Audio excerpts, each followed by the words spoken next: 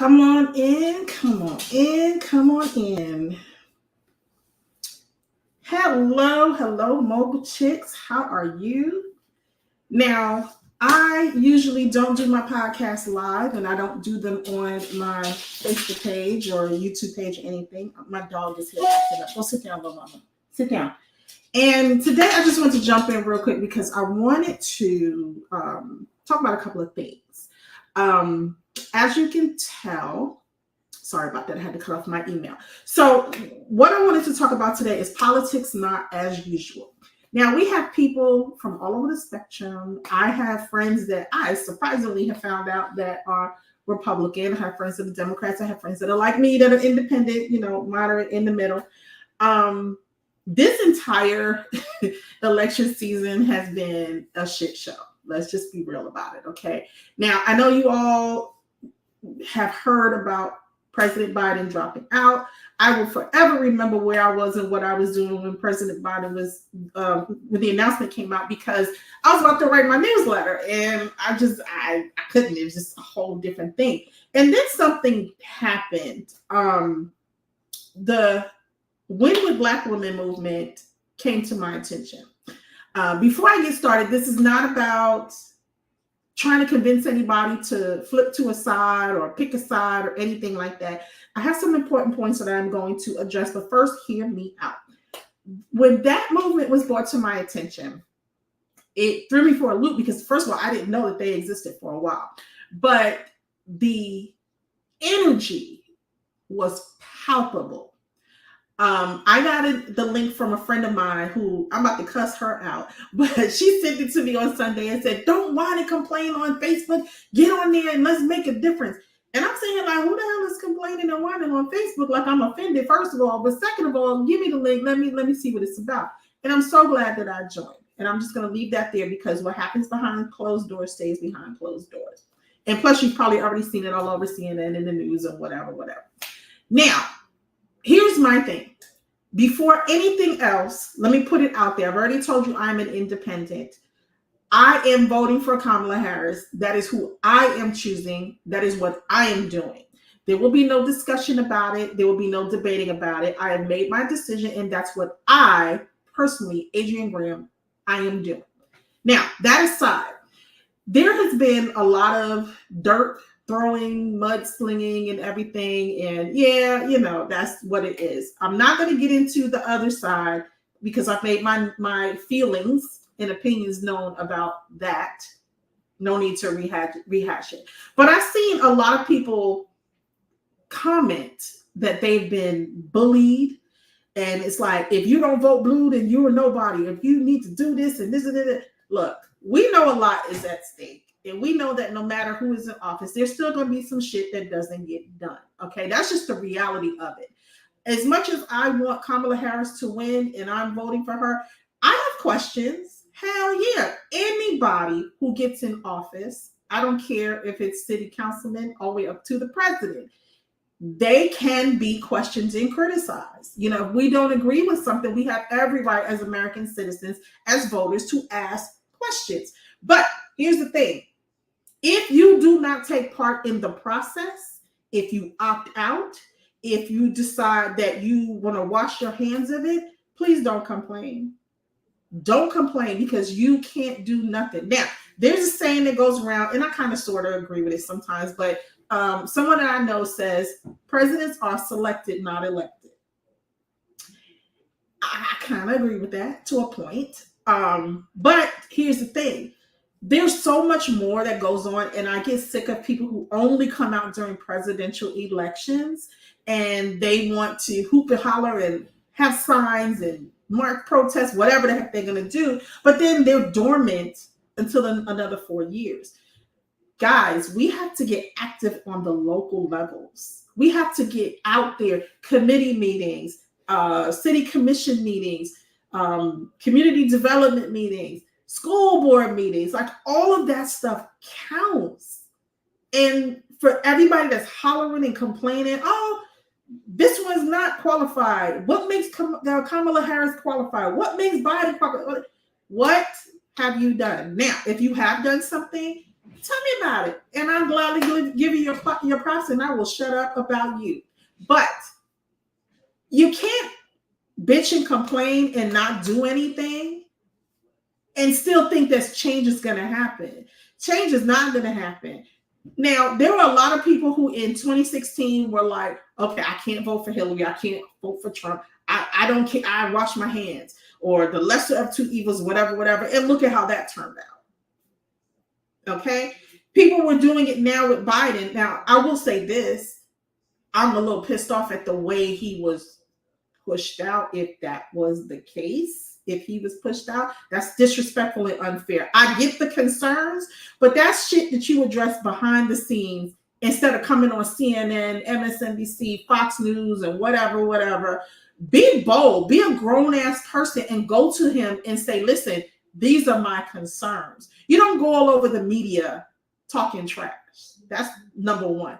Number two, there's a lot of people who are saying that, and I was one of them. I had to rethink that. But a lot of people that are saying, hey, you're going to turn on Biden now? Oh, we're going to fix it at the polls, so now you lose. But look at what happens in the alternative. We have to stop doing knee-jerk reaction to politics, and we have to stop fanning the flames and bringing up the temperature and start thinking with cooler heads. Okay, that's number one. Number two, let me back to the bully thing. So somebody in my timeline had commented about, I don't give a whatever. You're not going to bully me into a decision, blah, blah, blah, whatever. So I asked, I'm like, so who's bullying? Everybody has one vote. Nobody can force you to do anything. Either you agree or you don't agree. Now, people are going to criticize when you say things publicly. Yes, people are going to criticize. And if you have thin skin, don't put your shit out in the public. Plain and simple. So you can't get mad when people call you on it. Second thing is, a lot of people are looking at what the stakes are. I'm not getting into the other guy and his stuff. All I'll say is this. I am a born and raised New Yorker who came up during the time of him and saw and heard a lot of stuff. And even if he was running as a Democrat, I would not vote for him. Now, the rhetoric for now, since 2015, that doesn't change my mind, make it any different. Here's my thing. When Obama was leaving office, my thing was, before the nominations and everything, my thing was this, okay, we had 8 years of a Democratic president. Yeah, we're due for a Republican president. You know, same thing when Bush was in office, like him, hate him, love him, whatever. I said the same thing. Okay, 8 years of Republican, now it's time for a Democrat, whatever. So I was bracing myself for a Republican nominee. Not that one, but I was.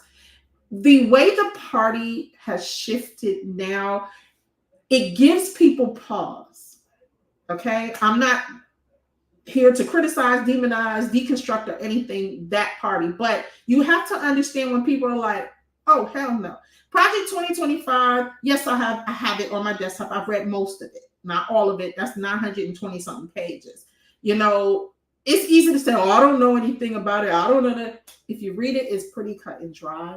I find that when we get to certain levels of financial status, economic status, whatever, we stop thinking about the greater good. Some people do, okay? I happen to be, again, independent. I am fiscally conservative, and I am socially liberal. Yes, I have a heart. It's not a bleeding heart, but I have a heart within reason. And there's nothing wrong with that. And everybody should vote what's in their best interest for their family, their friends. I get that. But what I am saying is each person has a right to their vote, and nobody should be coerced or forced or whatever. I firmly understand what's at stake.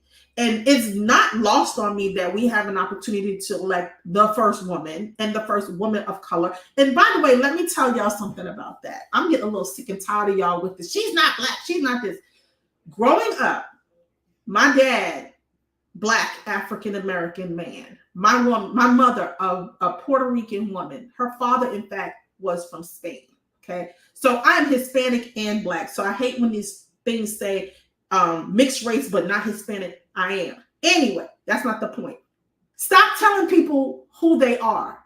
Okay? Because when I was growing up, I was too light or too whatever to be black. I was not Puerto Rican enough to be Puerto Rican. Stop that bullshit. That does a lot of stuff to people's psyches. You have no right to tell somebody who or what they are. I identify as a black woman because my father was black. His blood is in me. I identify as a Puerto Rican, a Latina, because my mother is a Latina. And can't none of you people take any of that away from me. So those of you who are trying to use her mixture of her race, do better. Grow up and research. Okay.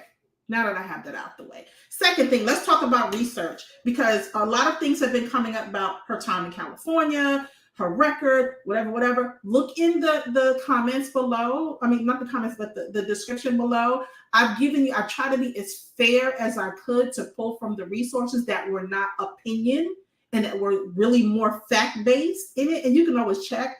But I've given you everything from local politics news, from the Sacramento Bee, all the way up to the White House, congressional information, all of that stuff.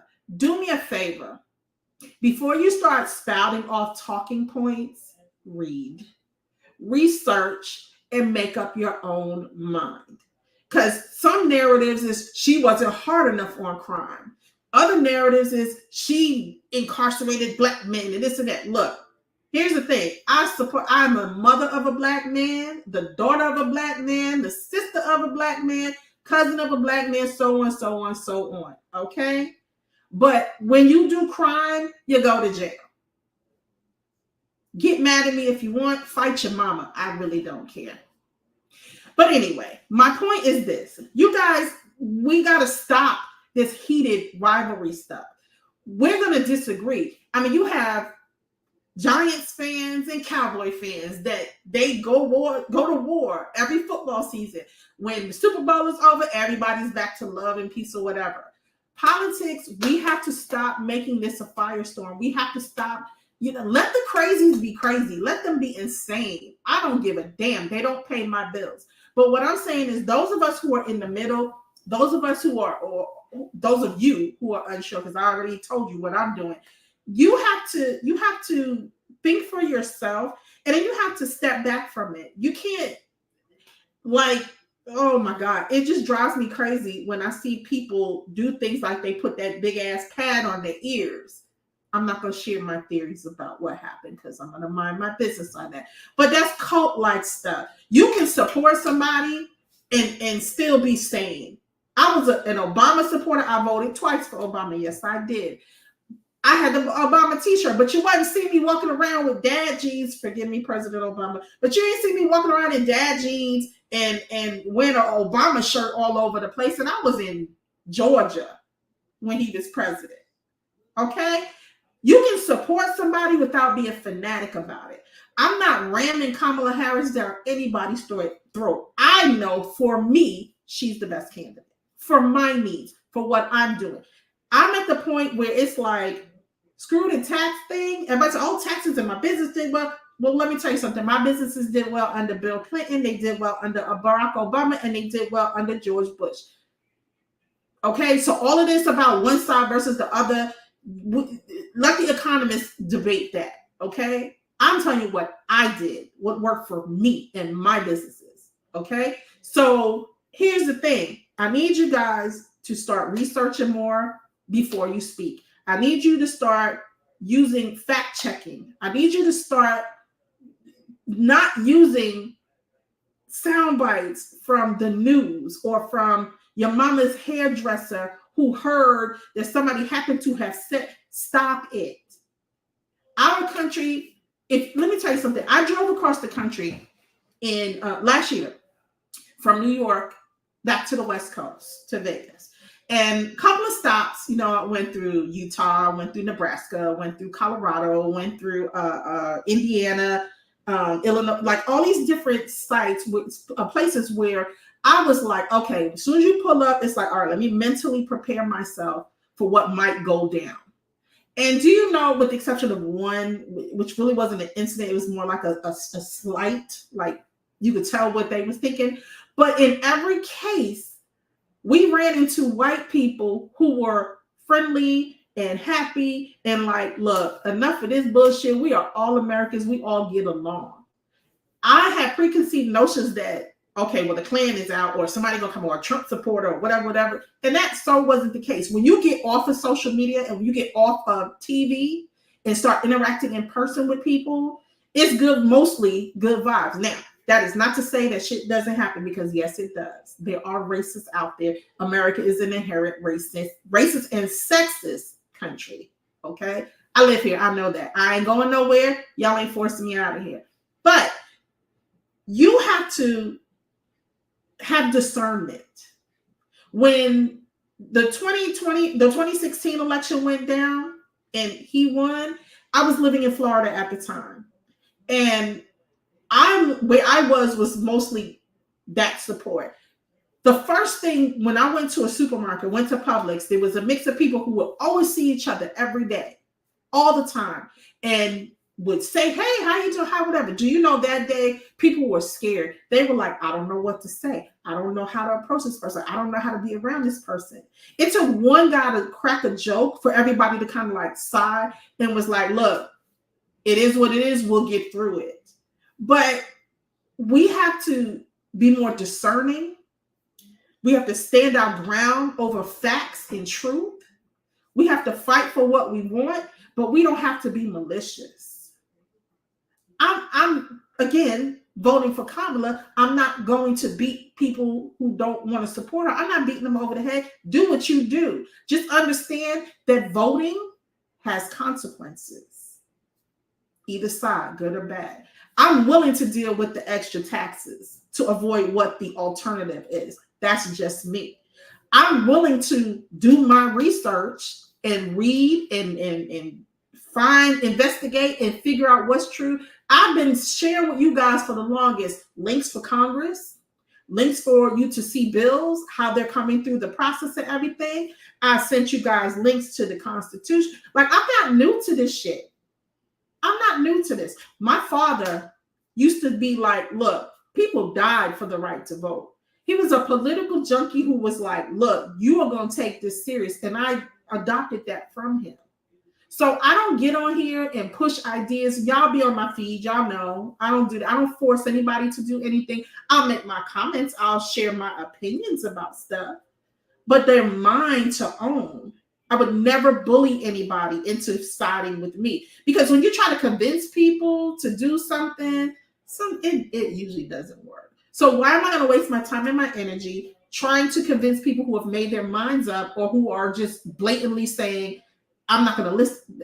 I got better things to do with my time. So to those of you who feel like you've been bullied, I'm sorry you're going through that. Your choice, your vote. You do what you feel is best for your family. But don't sit there and tell people that because they choose blue no matter who, that they have no high standard or moral ground. Somebody said that earlier today and I had to break it down. Here's the thing. Let me just touch on that really quickly. The example I used was, if I'm dirt poor and my baby is hungry and I've grown up in a decent family, family values, all that kind of stuff, and my parents have taught me stealing is wrong. You never steal. And I've never stolen my life, but my baby is starving. You fucking right, I'm going to steal to feed my baby. So I have to do what I have to do to save my child. That's how some people feel like they may not want to vote. You got Republicans that don't want to vote Democrat, but they're going to because of the alternative. So don't sit in high moral judgment of people who made that decision, because that's just as bad as what you're saying that they're doing to you by bullying you. Again, your choice, your vote. You do what you need to do. I know what I'm doing. The WWBW movement and now the WWBM movement. Kudos to y'all, because y'all came all the way through. Here's what I said, and I'll say this. You get mad at me or whatever, I'm just going to say this. They fucked around and found out. What can happen when Black women come together and Black men come together? And Latinas are about to have their call. I heard white women had their call already. Asian women are having their call tomorrow. This is a momentous movement. You can be a part of it or not. It's up to you. Do you? But I love where this is going. This is my last political commentary. Again, I know what I have to do on November 5th, and I know what I need to do. Now, what I won't do, aside from this podcast episode, is use my platforms to skew the political message one side or the other, because I try to stay in the middle. I try to stay out of that. So because I can't find fair, balanced coverage for the other side, I choose not to have any of it. So this is my final word on this. You can agree, disagree, whatever. If you're mad at me, kick rocks. I don't care. My vote, my choice. But let's try to show more compassion to each other. Let's try to be a little bit more understanding. Even if you don't agree, you can disagree and still be respectful. Name calling is not necessary. And I know, it's about to be on and popping. There has been a tsunami of hate on Twitter, and I know it's about to double down. But you know what? I don't care about that shit. I really don't. Because block and delete does wonders for your mental sanity. So that said, that's my take for today. Let's all try to, make it through this election season. Vote for who you're going to vote for. Don't get on anybody else for it. And understand who you're voting for and why. Again, research. I gave y'all links. Read the links. Go through them.